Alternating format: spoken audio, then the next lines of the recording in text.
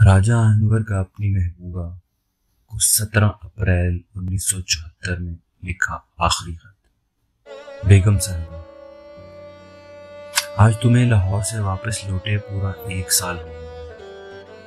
آج ہی کے دن تم مجھ سے جدا ہوئی تھی اور آج ہی کے دن تمہاری شادی ہے۔ کیسا عجیب اتفاق ہے، آج تمہاری شادی ہے۔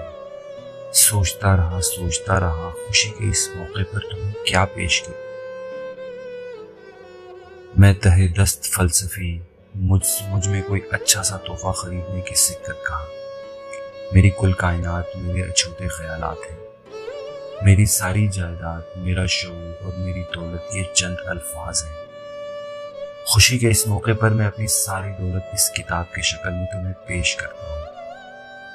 تم نے ایک بار خود کہا تھا ان خطوط کو شائع کروا دینا چاہیے۔ تمہاری خواہش تھی کہ دنیا تمہیں میرے حوالے سے جانے۔ میں نے تمہاری یہ آخری خواہش بھی پوری کر دی۔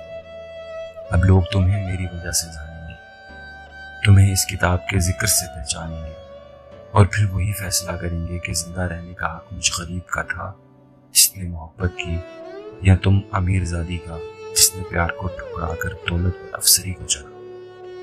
لوگ فیصلہ کریں گے کہ ہم میں سے کون صحیح تھا اور کون غلط۔ ہم دونوں مر بھی جائیں گے تب بھی یہ مقدمہ لوگوں کی عدالت میں چلتا رہے گا۔ ہر دور کے انسان اس پر اپنا فیصلہ دیتے رہیں گے۔ مجھے یقین ہے یہ تحفہ تمہیں ہمیشہ عزیز رہے گا۔ تم فخر سے اپنی ہمجولیوں کو بتا سکو گی کہ تم پر یہ کتاب لکھی گئی ہے۔ آخر ہر حسین امیر زادی پر کتاب تو نہیں لکھی جاتی، اس لیے تمہارے طبقے کی ساری عورتوں ہمیشہ عمر بھر تمہیں رشک سے دکھا کریں گی۔ تم اس تحفے کے ذریعے اپنے خاوند کو بھی اپنی اہمیت کا احساس دلاتی ہو۔ تم اسے بتا سکو گی کہ تم نے اس کے لیے کتنے لوگوں کو رد کیا ہے۔ خاوند اور محبوب میں بڑا فرق ہوتا ہے۔ تم بیوی بنی ہو، جلد ہی یہ فرق تم پر واضح ہو جائے گا، لیکن اس تحفے کی بدولت خاوند عمر بھر تمہارا غلام رہے گا۔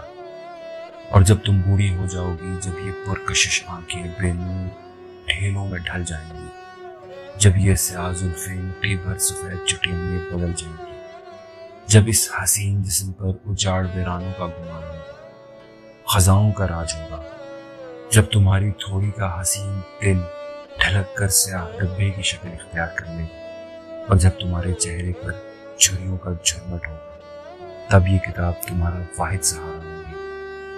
تم اپنی نواسیوں سے پڑھوا کر یہ الفاظ سنا کرو گی، بیتے وقت کو یاد کرو گی اور شرمندہ بھی ہوگی، جس کی مجھے خواہش ہے نہ تم سے توقع۔ تمہاری نواسیاں بھی فخر سے لوگوں کو بتا سکیں گی کہ نانی اماں اپنے وقت کی کتنی عظیم خاتون تھی۔ میں اس وقت منو مٹی تلے دبا ہوں گا، تمہاری دعاؤں اور بد دعاؤں سے بہت دور۔ تمہیں یہ کتاب پڑھ کر خوشی ہو اور دنیا کی عبرت۔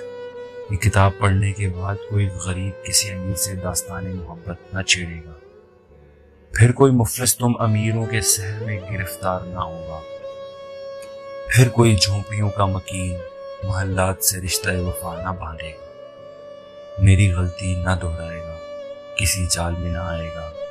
اس طرح جانے کتنوں کا بلا ہوگا۔ ہو سکتا ہے قبریں پھٹ جائیں اور لاشیں اپنی کفن سمیت باہر آ جائیں۔ یہ بھی ممکن ہے کہ مجھے زہر پینے پر مجبور کر دیا جائے، میرے ہاتھ قلم کر دیے جائیں، یا میری زبان کھینچ لی جائے، کیونکہ میں نے سچ کہہ دیا۔ ایک بڑے آدمی کی بیٹی مجھ چھوٹے انسان سے منسوب ہو گئی ہے اور لاشیں رسوا ہو گئی ہیں۔ محلات کی قبروں میں بسنے والوں کو یہ کہہ دینا، مجھ غریب نے صدیوں سے ان ناانصافیوں کا قرض اٹھا رکھا ہے، یہ پہلی قسط ہے۔ شرمندہ ہوں کہ صرف اتنی ادائیگی ہی کر پایا، باقی حساب ہماری نسلیں آپس میں طے کر لیں۔